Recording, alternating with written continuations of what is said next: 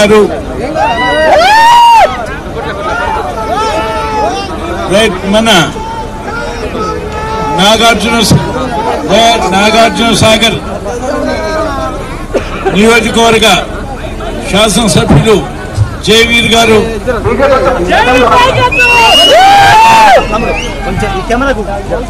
మన అభ్యర్థి రఘువీర్ గారు,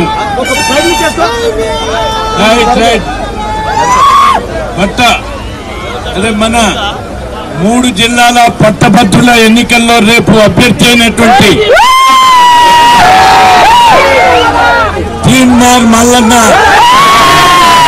అలియాస్ నవీన్ కుమార్ అలియాస్ తీన్మార్ మల్లన్న ఈ కార్యక్రమంలో పాల్గొన్న మాజీ శాసనసభ్యుడు, నా అభిమాన మిత్రుడు రేపాల శ్రీనివాస్ గారు, మన పిసిసి మెంబర్, మీ అందరి చిరపరిచయుడు, ఈ వేమలపల్లి మండలంలో కాంగ్రెస్ పార్టీతో పెనవేసుకున్న మన చెరుమర్రి కృష్ణయ్య గారు, యూత్ కాంగ్రెస్ అధ్యక్షుడు మొదలుకొని అనేక రకాల కార్యక్రమాల్లో పాల్గొన్న, ఇప్పటికీ పదవి లేకున్నా కాంగ్రెస్ పార్టీ కొరకు కృషి చేస్తున్న మన రామలింగయ్య యాదవ్ గారు, ఇంకా మన పేర్లు చెప్పు కుమార్ నీ దగ్గర కార్డ్లెస్ ఫోన్ ఉందంట, తీసుకుంటారు పైకి తొందరగా, రైట్. ఇంకా అనేక మంది కాంగ్రెస్ పార్టీ నాయకులు, ఆ తర్వాత ప్రియమైనటువంటి కాంగ్రెస్ పార్టీ కార్యకర్తలు, ఆత్మీయ మిత్రులు, అనుబంధ సంస్థల అధ్యక్షులు, కాంగ్రెస్ పార్టీ సోదరులు, మీ అందరికీ నా నమస్కారం, ధన్యవాదాలు. మీరందరూ కూడా కాంగ్రెస్ పార్టీని గెలిపించడానికి ఇంకొక విషయం, ఈ ఎన్నికల్లో కాంగ్రెస్ పార్టీలో కూటమిలో భాగమైనటువంటి సిపిఎం, సిపిఐ, జనసేన సమితి, ఫార్వర్డ్ బ్లాక్, ఇతర పార్టీలన్నీ కూడా ఇవాళ కాంగ్రెస్ పార్టీ అభ్యర్థిని రఘువీర్ని గెలిపించడానికి ఐక్యంగా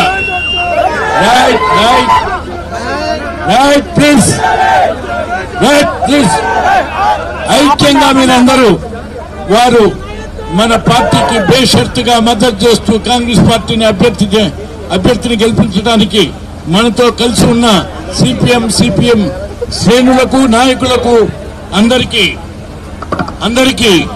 నా ప్రత్యేకమైనటువంటి ధన్యవాదాలు. అదేవిధంగా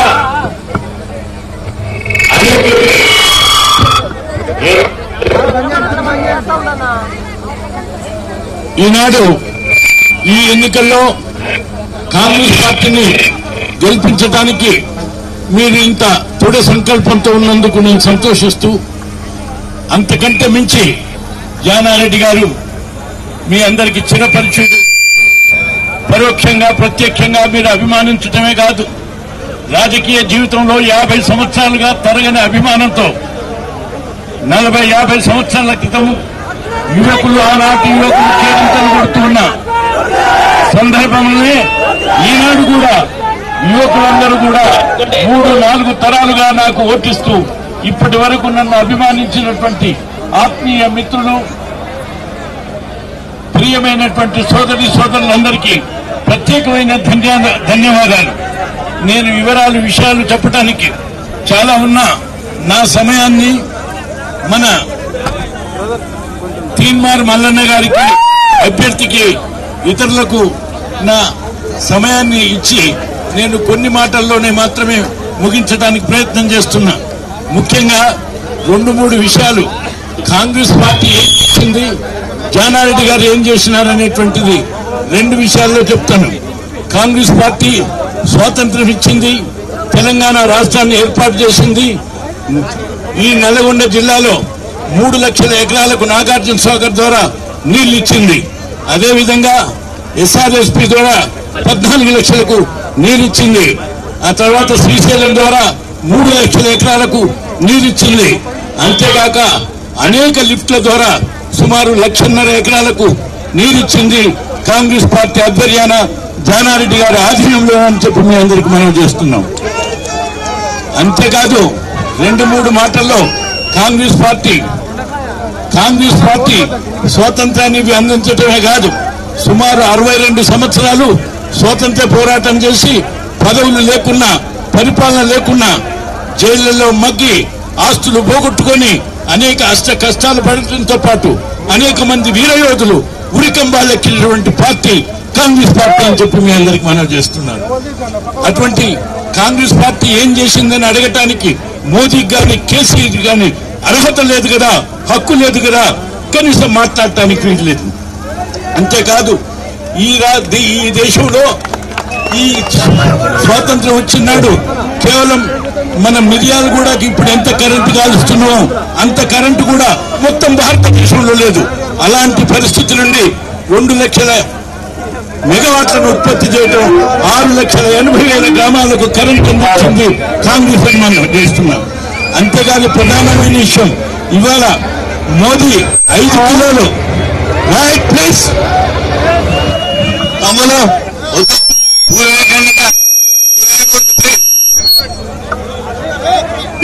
ఈ సభను జయప్రదం చేయండి ప్లీజ్. మీకు ప్రధానమైన విషయం, మోదీ ఇవాళ 5 కిలోల బియ్యాన్ని మీకు ఉచితంగా ఇస్తామంటుండే ఈ ఉచితమైన బియ్యం ప్లీజ్ ఉచితమైనటువంటి బియ్యం ఇవ్వటానికి హరిత విప్లవం ద్వారా కోట్లాది టన్నులు నిల్వ చేసి ఈ రోజు దేశంలో దాచిపెట్టింది కాంగ్రెస్.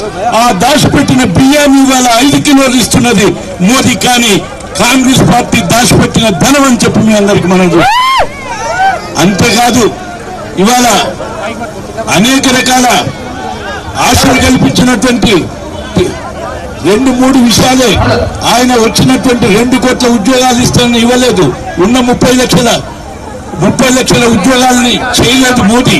కానీ ఐబీఐ ద్వారా, సిబిఐ ద్వారా, ఈడీ ద్వారా, ఆ తర్వాత ఐటీ ద్వారా దాడులు చేయించి భయపెట్టి అనేక మందిని లోపరుచుకుని ప్రతిపక్షాన్ని అణిసివేసి నియంతృత్వంగా రాజ్యాంగాన్ని ఉల్లంఘిస్తూ చట్టాలను ధిక్కరిస్తూ రకరకాల నియంతృత్వం వహించడమే కాకుండా మొత్తం కులాల మధ్య మతాల మధ్య విద్వేషాన్ని రెచ్చగొట్టినటువంటి ఈ మోడీకి బీజేపీకి మీరు గుణపాఠం చెప్పాల్సినటువంటి అవసరం ఉందని మీ అందరికి మనం చేస్తున్నాను. ఇదే విధంగా అనేక హామీలు ఇచ్చి తెలంగాణ రాష్ట్రం వస్తే మీరు బాగుపడతామనుకున్నారు. కానీ డబుల్ బెడ్రూమ్ ఎన్ని వస్తాయన్నారు. ఇంట్లో రాలేదు కదా, భూమి రాలేదు కదా, దళిత ముఖ్యమంత్రి కాలేదు కదా, రుణమాఫీ చేయలేదు కదా, అబద్దాలతో ఊహించి మాటలతో ఎలక్షన్ వచ్చినప్పుడు మూటలతో అవినీతి అక్రమాలు చేసినటువంటి టీఆర్ఎస్ ప్రభుత్వానికి 10 సంవత్సరాల తరువాత మీరు అర్థం చేసుకుని గుణపాఠం చెప్పినందుకు సంతోషం. ఆ విధంగా ఇచ్చిన హామీలు నిలబెట్టినటువంటి ఈ బీఆర్ఎస్ కు ఇచ్చిన హామీలు నిలబెట్టినటువంటి మోదీకి, అదేవిధంగా ప్రజాస్వామ్యాన్ని పూర్తి చేస్తూ ప్రజాస్వామ్యాన్ని గుట్టల్పెట్టుగా తయారైనటువంటి 2 పార్టీలకు బుద్ధి చెప్పాల్సిన అవసరం ఉంది ఎన్నికల్లో మీ అందరికి మనం చూస్తున్నాం. అందుకనే ఇవాళ సామ్యవాద లౌకిక విధానాన్ని అవలంబిస్తున్నటువంటి అనేక పార్టీలు కూడా ఇవాళ కాంగ్రెస్ పార్టీకి మద్దతు ఇస్తున్నాయని మీకు గుర్తు చేస్తున్నాను. ఈ సందర్భంలోనే ఆఖరిగా మీకు జానారెడ్డి గారి గురించి ఒక్క మాట, ఇవాళ మీ ఏమలపల్లి మండలం ఏర్పాటైందంటే ఇది జానారెడ్డి గారు ఇచ్చినటువంటి కానుక మీకు అని చెప్పి మీకు మనం చేస్తున్నాం. ఏమలపల్లి అంటే ఇక్కడ ఉన్న మన నవీన కుమార్ తెలియదు. ఈ మొత్తం రాష్ట్రంలో ఉమ్మడి ఆంధ్రప్రదేశ్ లో ఉన్న మండలాలన్నీ ఏర్పాటు చేసింది జానారెడ్డి గారి అధ్యక్షతన.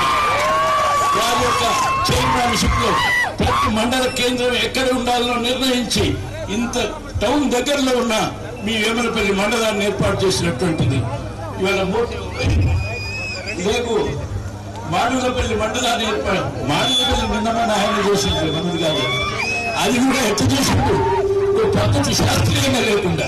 నాగార్జున సాగర్ కొన్ని గ్రామాలు, మిర్యాలగూడ కొన్ని గ్రామాలు, నాగలోనే కొన్ని గ్రామాలు, ఈ రూట్ ఇటు లేదు, ఆ రూట్ అటు లేదు, ఆఖరికి అక్కడ సౌకర్యం లేనటువంటి మండలాన్ని ఆ సెంటిమెంట్ మీద గెలవటానికి ప్రయత్నం చేసింది ఇవాళ అతను. కేసీఆర్. కానీ ఒక శాస్త్రీయ పద్ధతిలో పరిపాలన వికేంద్రీకరణ కొరకు మీకు అనుకూలంగా చేసినటువంటిది ఆ రోజులను మీకు గుర్తు చేస్తున్నాను. అంతే ఒక ప్రధానమైన విషయం చెప్తున్నాను. ఇవాళ ఇక్కడ కోఆపరేటివ్ ఆధ్వర్యాన మీ ఊరేది సలుకునూరు చెట్టిపాలెం ఇంకా 3-4 గ్రామాలకు కావలసిన 2-3 వేల ఎకరాలకు సహకారం ద్వారా రైతులందరూ అప్పు తెచ్చి మీరందరూ ఆనాడు కోఆపరేటివ్ ద్వారా చేసుకున్నారు. ఇక్కడ కూడా వేమనపల్లి కూడా.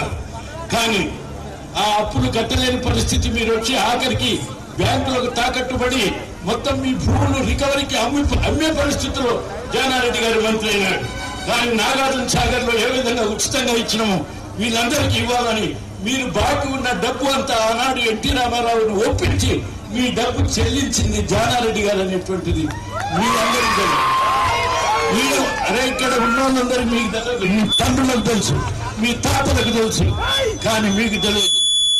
ఈ విషయాన్ని మీరు గుర్తుపెట్టుకోండి. ఇప్పుడు నల్లగొండ నుంచి మిర్యాలగూడ వచ్చేది ఇది డబుల్ రోడ్డు చేయించింది జానారెడ్డి. అద్దంకి వరకు 4 రోడ్ల రోడ్డు చేయించింది జానారెడ్డి. ఈ విషయాలన్నీ ఇవాళ వేమలపల్లి కేంద్రం కావడం, ఈ బస్ మీ వేమలపల్లి పోలీస్ స్టేషన్ నిర్మాణం చేసింది జానారెడ్డి గారు. మీ వేమలపల్లిలో మండల ఆఫీసులు ఎంఆర్ఓ ఆఫీసులన్నీ నిర్మాణం చేయించింది జానారెడ్డి. వాటి మీద నా పేరు ఉంటుంది, మీరు ఒకసారి చూసినండి అక్కడ. ఆయన ఆ తర్వాత మిగిలిపోయినటువంటి లిఫ్ట్లను కూడా తర్వాత పూర్తి చేయించినటువంటి విషయాన్ని మీకు గుర్తు చేస్తున్నాను. కానీ వారు చేసింది ఏంటంటే కేసీఆర్ భ్రాంతి పెట్టి అవినీతి డబ్బుతో పరిపాలన సాగించడమే కాదు, ఆఖరికి 65 ఏళ్లు అటు తెలుగుదేశము కాంగ్రెస్ పార్టీ 2 ఏళ్ళ 70,000 కోట్ల అప్పు. 65 ఏళ్లు 65,000 కుటుంబాన్ని నడిపితే 70,000 అప్పు. కానీ 9 సంవత్సరాల్లో 70,000 కోట్ల 7 లక్షల కోట్ల రూపాయలు అప్పు చేసింది కేసీఆర్ అని చెప్పి మీకు మనం చేస్తున్నాం. అదేవిధంగా 75 సంవత్సరాల కాంగ్రెస్ 65 సంవత్సరాలు రాజ్యం వెళ్తే అంటే అన్ని పార్టీలు కలిపి 55 మనమేమో 10 ఇతర పార్టీలు వాజ్పేయితో కూడా కలుపుకొని అప్పుడు ఒక్క 56 లక్షల అప్పు అయింది. 9 ఏళ్లలో 170 లక్షల అప్పు చేసింది మోదీ అని చెప్పి మీ అందరి లక్షల కోట్లు అప్పు చేసింది మోదీ. అదే కాకుండా ఇవాళ రైతాంగానికి రుణమాఫీ చేస్తానని చేయనటువంటి విషయం మీకు తెలుసు. అందుకు ఇన్ని చెప్పకుండా ఇవాళ రుణమాఫీ చేస్తానని చెప్పింది మన కాంగ్రెస్. 6 గ్యారెంటీలు ఇచ్చింది కాంగ్రెస్. అందులో కొన్ని పూర్తి చేసింది, మిగతా పూర్తి. ఇప్పుడు ఆ బస్సులలో చూస్తే మహిళలందరూ కిరాయి లేకుండా పోతున్నారు. 200 యూనిట్కు ఇప్పుడు డబ్బు కట్టకుండా ఉన్నారు. అంతేకాదు కాదు, మీ అందరికీ డబుల్ బెడ్రూమ్ ఇల్లు ఇవ్వడానికి మీ అందరి అర్హతను ప్రాసెస్ చేస్తున్నాం. ఆ తర్వాత చేయూత ద్వారా 4,000 రూపాయల వృద్ధులకు, వికలాంగులకు, ఇతరులకు, అత్యతలందరికీ పెన్షన్ ఇవ్వటానికి, వికలాంగులకు 6,000 ఇవ్వటానికి నిర్ణయించింది. అది తొందరలో ఇస్తాం. ఇప్పటికీ 5 ఎకరాల లోపు ఉన్నటువంటి రైతులకు రైతు బంధు పథకం ఇచ్చినాం. ఇంకా 4 లక్షల మందికి ఇవ్వాలి. అది 2-3 నెలల్లో పూర్తి చేస్తామని మీకు గ్యారంటీ ఇస్తున్నాం. అదేవిధంగా ఈ లోకసభ ఎన్నికల్లో మన రాహుల్ గాంధీ 5 న్యాయపత్రాలు ఇచ్చినారు. 5 అందులో 25 హామీలు ఇచ్చినారు. అది నేను ఏకరోజు 10.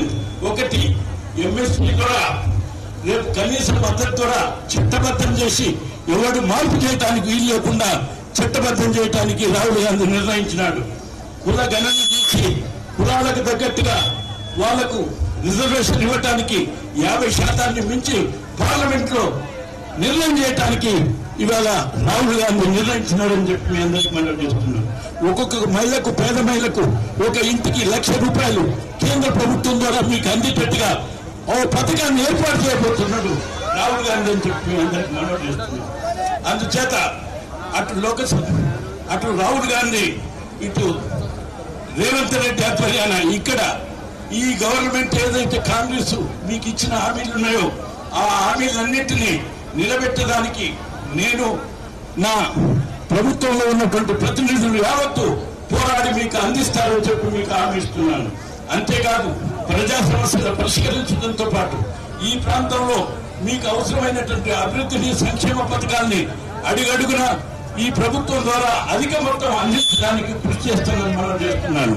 ఇక్కడ బిఆర్ఆర్ తోడుగా నా తనయుడు రఘువీర్ క్షేత్రంలో ఉండి ఇవాళ ప్రత్యేకంగా ఇవాళ మీ అందరికీ తెలుసు ఈ మిర్యాలగూడకు ఒక దగ్గర వాడపల్లి నుంచి ఇంకో దగ్గర దేవులపల్లి నుంచి అనేక నీటి పథకాలను భగీరథ పథకాలను 30 ఏళ్ల నుంచి 30 ఏళ్ల క్రితమే చేసింది కాంగ్రెస్ పార్టీ నా ఆధ్వర్యంలో అంతకు ముందు అని మీ అందరికీ తెలుసు.